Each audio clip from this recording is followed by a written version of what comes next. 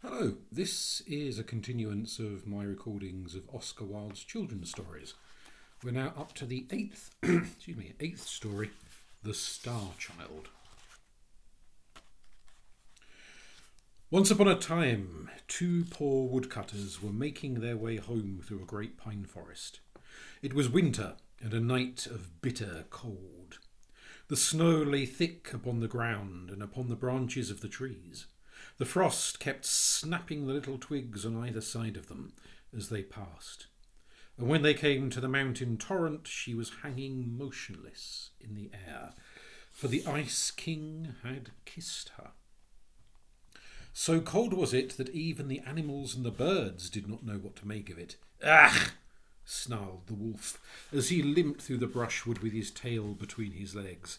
"This is perfectly monstrous weather. Why doesn't the government look into it?" "Wheat, wheat, wheat," twittered the green linnets. "The old earth is dead, and they have laid her out in her white shroud."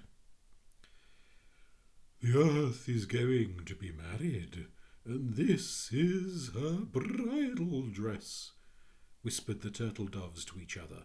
Their little pink feet were quite frostbitten, but they felt it was their duty to take a romantic view of the situation. "Nonsense," growled the wolf. "I tell you that it is all the fault of the government, and if you don't believe me, I shall eat you." The wolf had a thoroughly practical mind and was never at a loss for a good argument. "Yeah, well, for my own part," said the woodpecker, who was a born philosopher, "I don't care an atomic theory for explanations. If a thing is so, it is so. And at present it is terribly cold." Terribly cold it certainly was. The little squirrels who lived inside the tall fir tree kept rubbing each other's noses to keep themselves warm, and the rabbits curled themselves up in their holes and did not venture even to look out of doors. The only people who seemed to enjoy it were the great horned owls. Their feathers were quite stiff with rime, but they did not mind, and they rolled their large yellow eyes and called out to each other across the forest, "Too-wit, too-woo, too-wit, too-woo. What delightful weather we are having." On and on went the two woodcutters, blowing lustily upon their fingers and stamping with their huge iron-shod boots upon the caked snow. Once they sank into a deep drift and came out as white as millers are when the stones are grinding, and once they slipped on the hard, smooth ice where the marsh water was frozen, and their faggots fell out of their bundles and they had to pick them up and bind them together again. And once they thought they had lost their way, and a great terror seized on them, for they knew that the snow is cruel to those who sleep in her arms. But they put their trust in the good St. Martin, who watches over all travellers, and retraced their steps and went warily, and at last they reached the outskirts of the forest and saw far down in the valley beneath them the lights of the village in which they dwelt. So overjoyed were they at their deliverance that they laughed aloud, and the earth seemed to them like a flower of silver, and the moon like a flower of gold.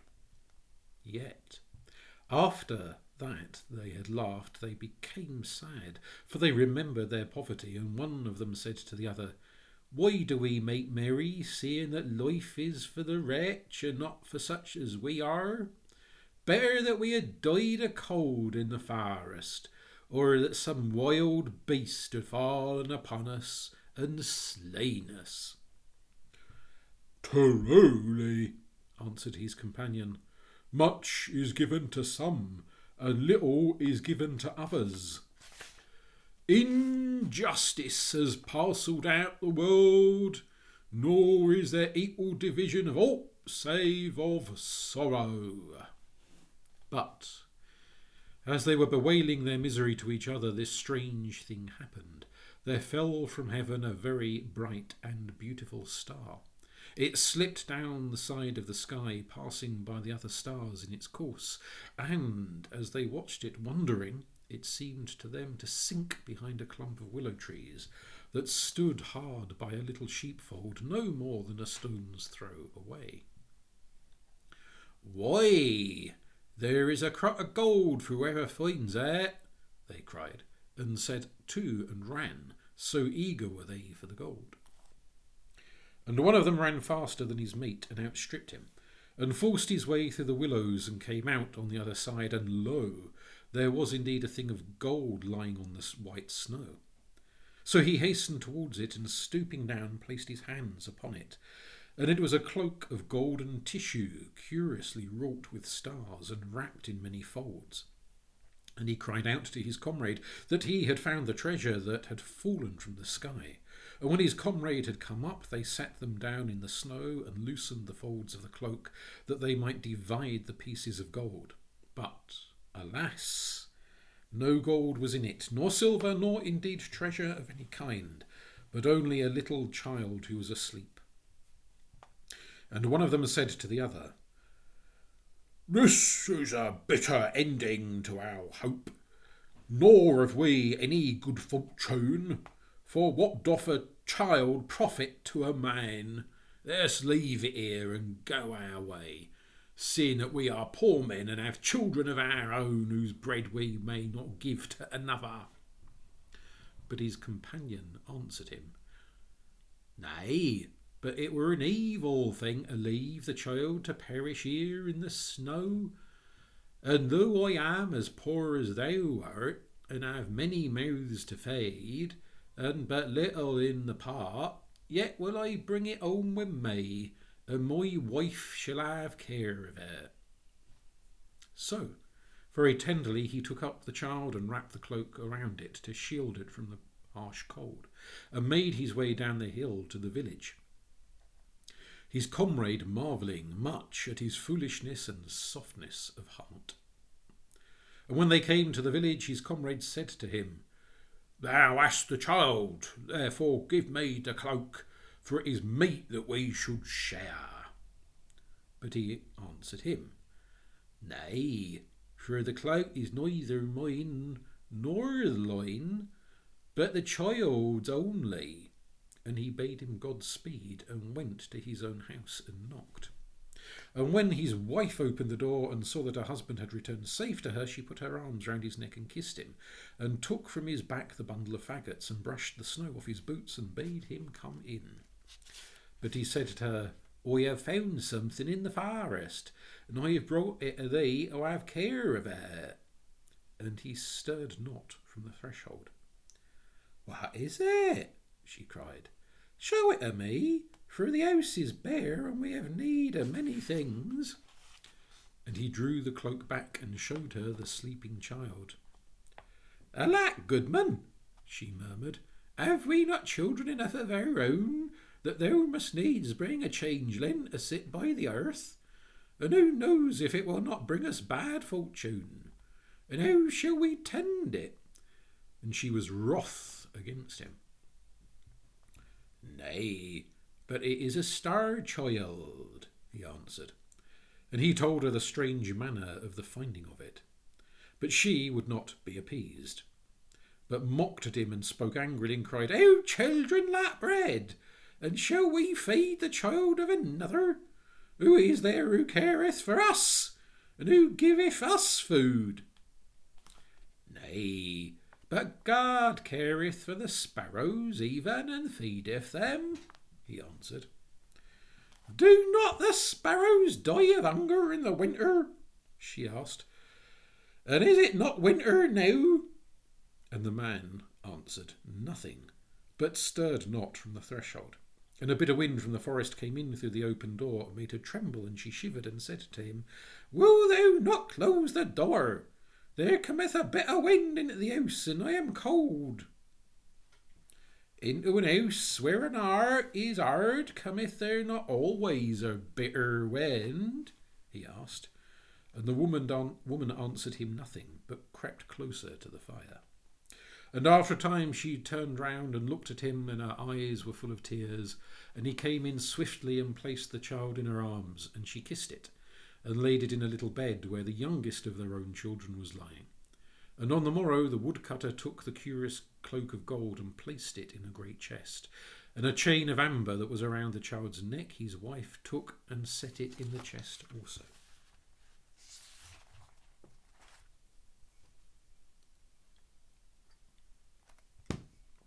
So the star child was brought up with the children of the woodcutter, and sat at the same board with them, and was their playmate. And every year he became more beautiful to look at, so that all those who dwelt in the forest, in the village, were filled with wonder. For while they were swarthy and black-haired, he was white and delicate as sawn ivory, and his curls were like the rings of the daffodil. His lips also were like the petals of a red flower, and his eyes were like violets by a river of pure water, and his body like the narcissus of a field where the mower comes not. Yet did his beauty work him evil, for he grew proud and cruel and selfish, and the children of the woodcutter and the other children of the village he despised, saying that they were of mean parentage, while he was noble, being sprung from a star, and he made himself master over them, and called them his servants. No pity had he for the poor, or for those who were blind, or maimed, or in any way afflicted. He would cast stones at them, and drive them forth on the highway, and bid them beg their bread elsewhere, so that none save the outlaws came twice to that village to ask for alms. Indeed, he was as one enamoured of beauty, and would mock at the weakly and ill-favoured, and make jest of them. And himself he loved, and in summer, when the winds were still, he would lie by the well in the priest's orchard, and look down at the marvel of his own face, and laugh for the pleasure he had in his fairness.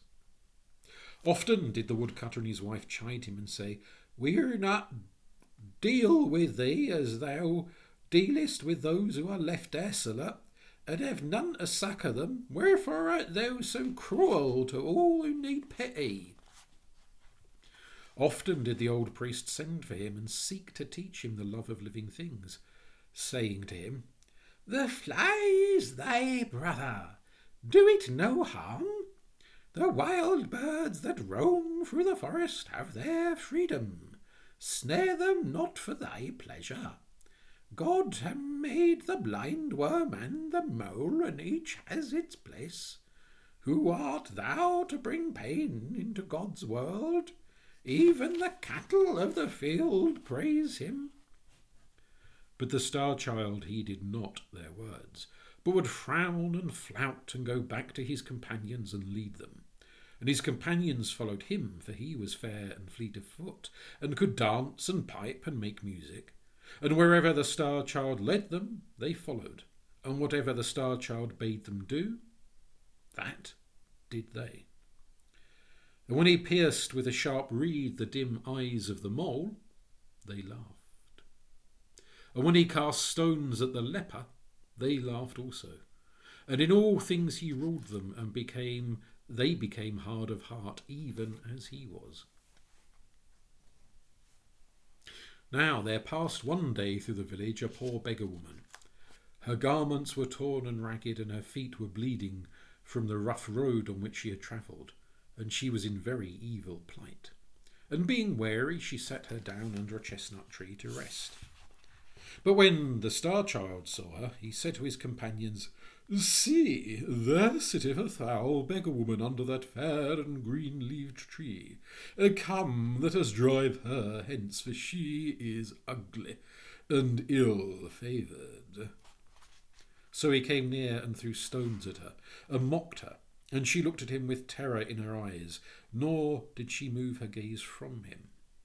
And when the woodcutter, who was cleaving logs in a haggard hard by, saw what the star child was doing, he ran up and rebuked him, and said to him, Surely thou art hard of heart, and knowest not mercy. For what evil has this poor woman done to thee, that thou shouldst treat her in this wise?" And the star child grew red with anger, and stamped his foot upon the ground, and said, "Who art thou to question me what I do? I am no son of thine to do thy bidding. Thou speakest truly, answered the woodcutter. Yet did I show thee pity when I found thee in the forest. And when the woman heard these words, she gave a loud cry and fell into a swoon. And the woodcutter carried her to his own house, and his wife had care of her. And when she rose up from the swoon into which she had fallen, they set meat and drink before her, and bade her have comfort. But she would neither eat nor drink, but said to the woodcutter, Didst thou not say that the child was found in the forest? And was it not 10 year from this day? And the woodcutter answered, Yea, it was in the forest that I found him, and it is 10 years from this day. And what signs didst thou find with him? She cried. Bare he not upon his neck a chain of amber? Was not around him a cloak of gold tissue embroidered with stars? Truly, answered the woodcutter, it was even as thou sayest. And he took the cloak and the amber chain from the chest where they lay, and showed them to her. And when she saw them, she wept for joy, and said, Here is my little son, whom I lost in the forest. I pray thee send for him quickly, for in search of him I have wandered over the old world. So the woodcutter and his wife went out, and called to the star-child, and said to him, Go into the house, and there shalt thou find thy mother, who is waiting for thee. So he ran in, filled with wonder and great gladness. But when he saw her who was waiting there, he laughed scornfully, and said, Why, where is my mother? For I see none here but this vile beggar woman. And the woman answered him, I am thy mother.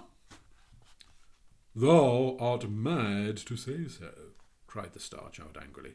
I am no son of thine, for thou art a beggar and ugly, and in rags. Therefore get thee hence, and let me see thy foul face no more. Nay, but thou art indeed my little son, whom I bare in the forest, she cried, and fell on her knees and held out her arms to him. The robbers stole thee from me, and left thee to die, she murmured. But I recognized thee when I saw thee, and the signs also have I recognized, the cloak of golden tissue and the amber chain. Therefore I pray thee come with me, for over the whole world have I wandered in search of thee. Come with me, my son, for I have need of thy love. But the star-child stirred not from his place, but shut the doors of his heart against her, nor was there any sound heard save the sound of the woman weeping for pain. And at last he spoke to her, and his voice was hard and bitter.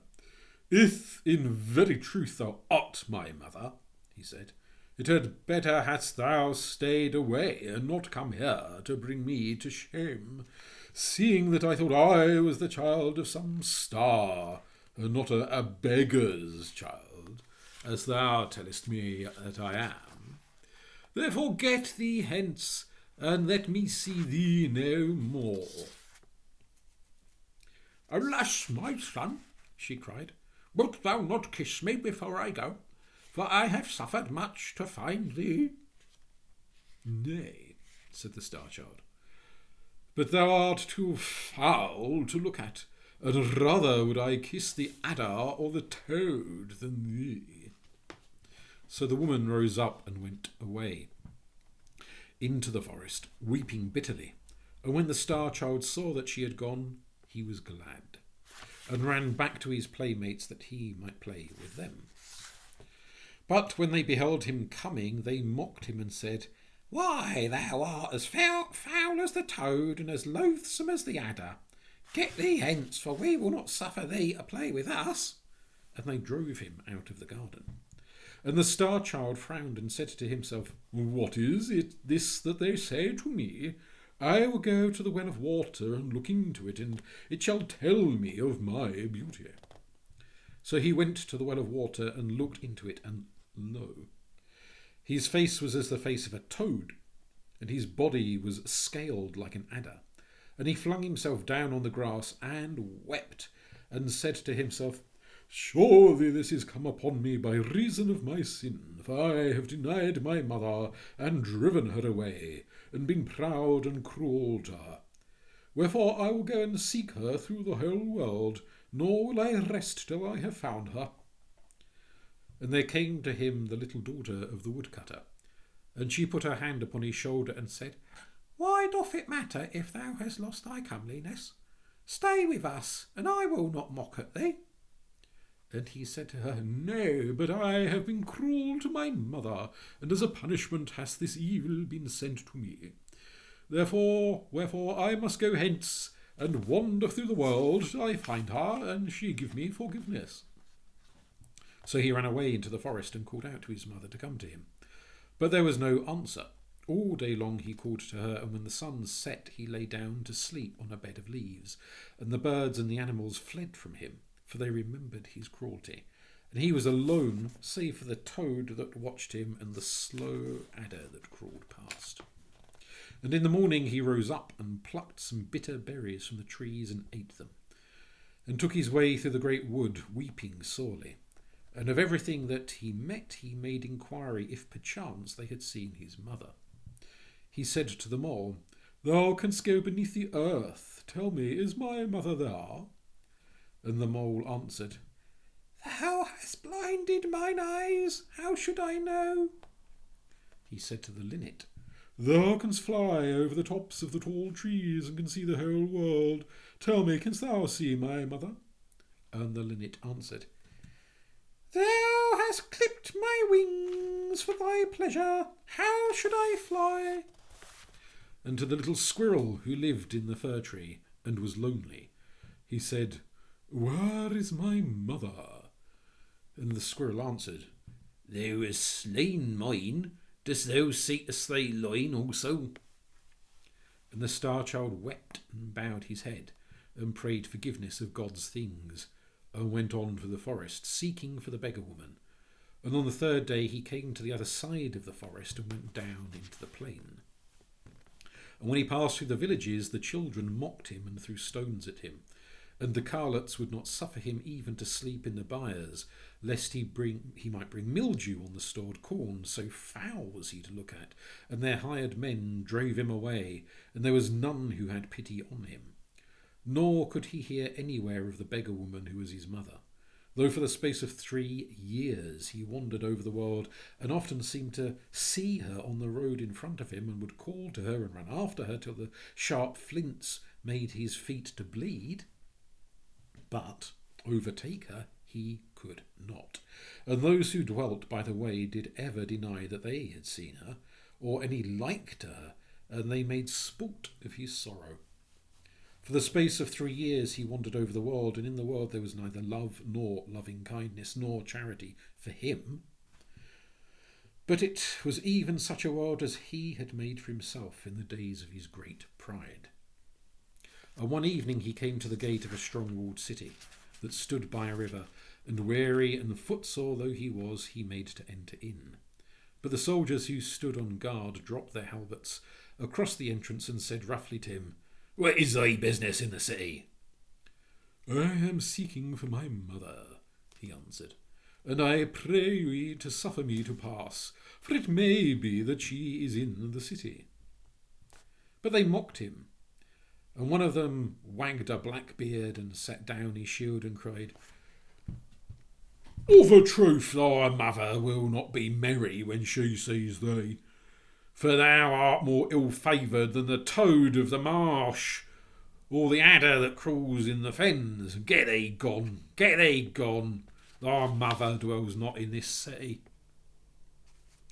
And another, who held a yellow banner in his hand, said to him, Who is thy mother, and wherefore art thou seeking for her?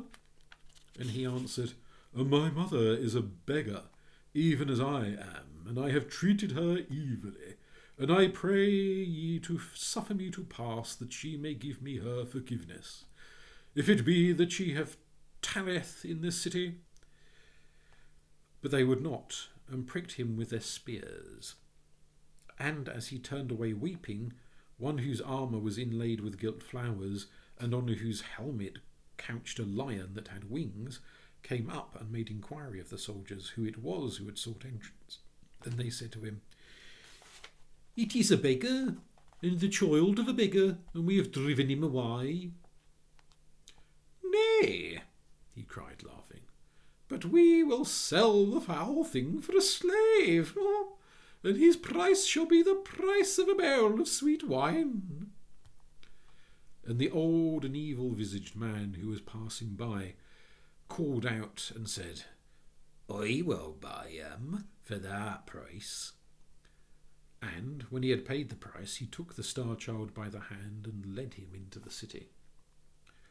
And after that they had gone through many streets and came to a little door that was set in a wall that was covered with a pomegranate tree. And the old man touched the door with a ring of graved jasper, and it opened. And they went down 5 steps of brass into a garden, filled with black poppies and green jars of burnt clay. And the old man took then from his turban a scarf of figured silk, and bound with it the eyes of the star-child, and drove him in front of him. And when the scarf was taken off his eyes, the star-child found himself in a dungeon that was lit by a lantern of horn.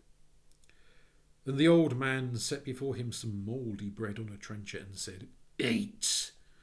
And some brackish water in a cup, and said, Drink! And when he had eaten and drunk, the old man went out, locking the door behind him and fastening it with an iron chain.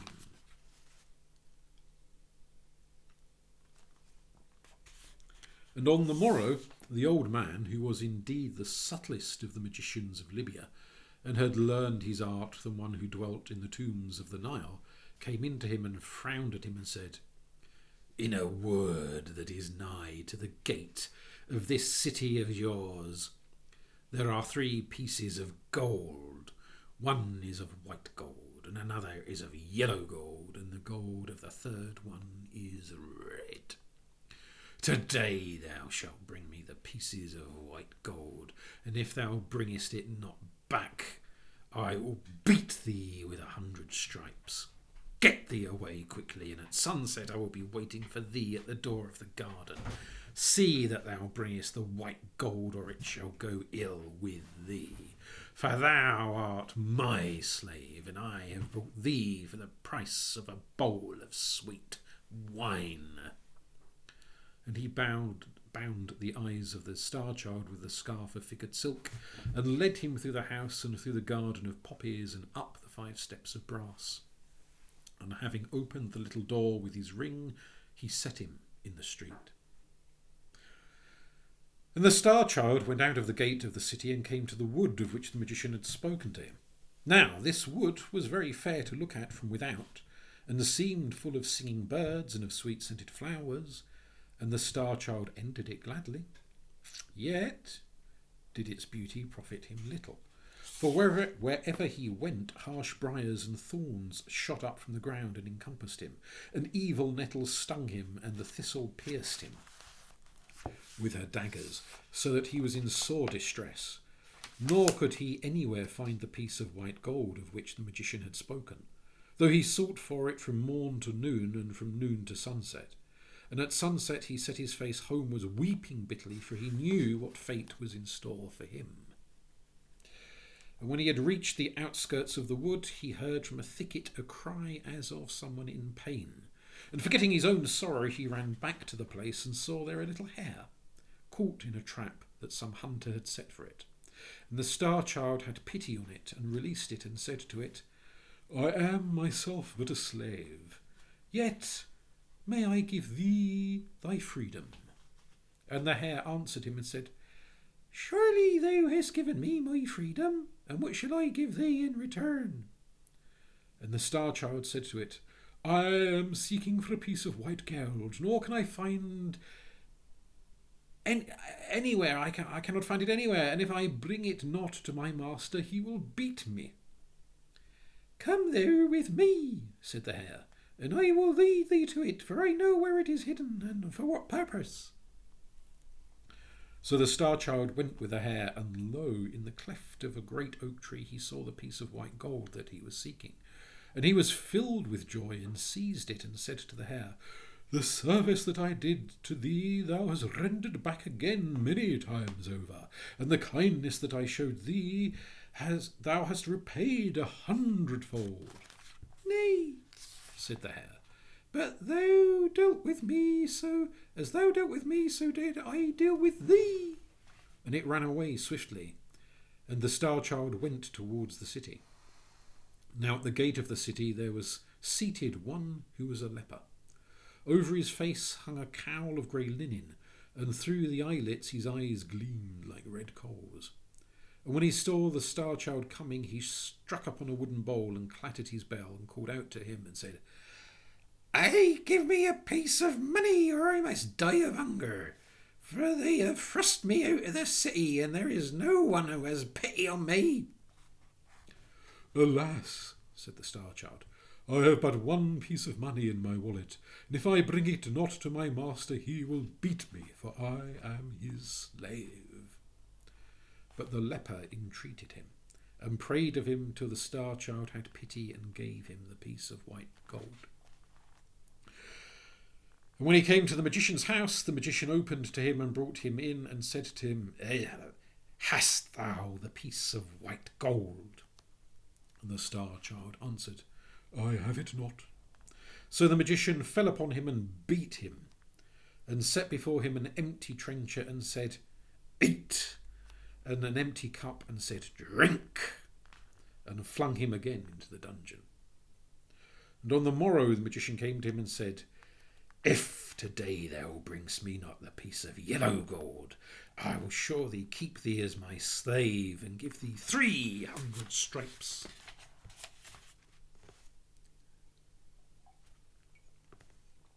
So the Star Child went to the wood, and all day long he searched for the piece of yellow gold.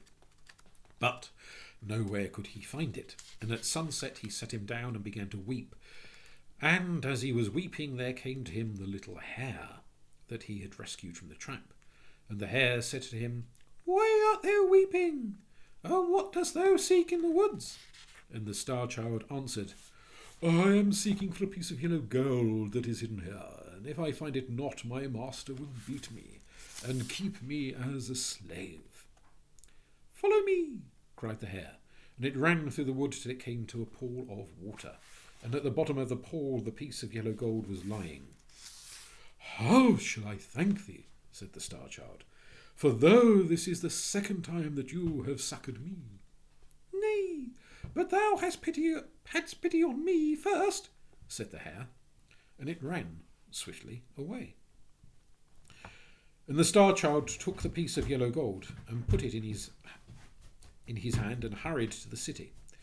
But the leper saw him coming, and ran to meet him, and knelt down and cried, "Give me a piece of money, or I shall die of hunger." And the Star Child said to him, "I have in my wallet but one piece of yellow gold, and if I bring it not to my master, he will beat me, and keep me as his slave."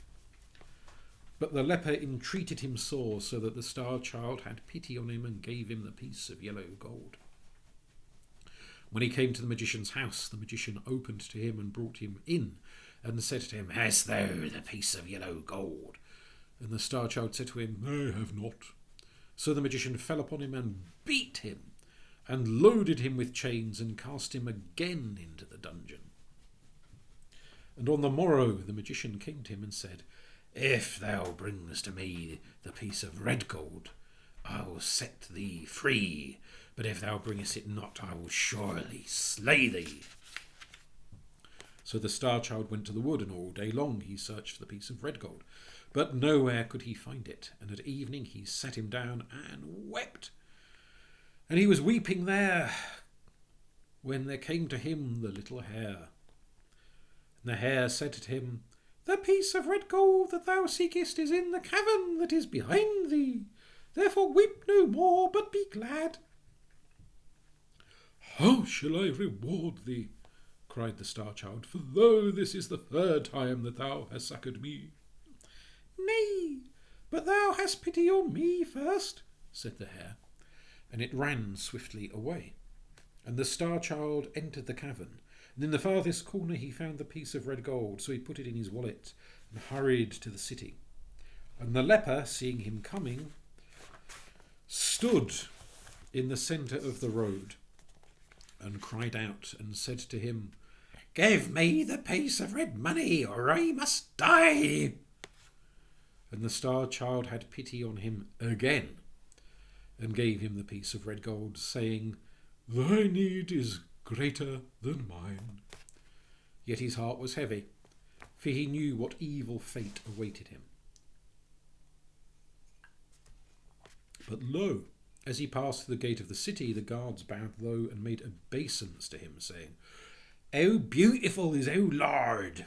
And a crowd of citizens followed him and cried out, Surely there is none so beautiful in the whole world! So that the Star-Child wept and said to himself, They are mocking me and making light of my misery. And so large was the concourse of the people that he lost the threads of his way, and found himself at last in a great square in which there was the palace of a king.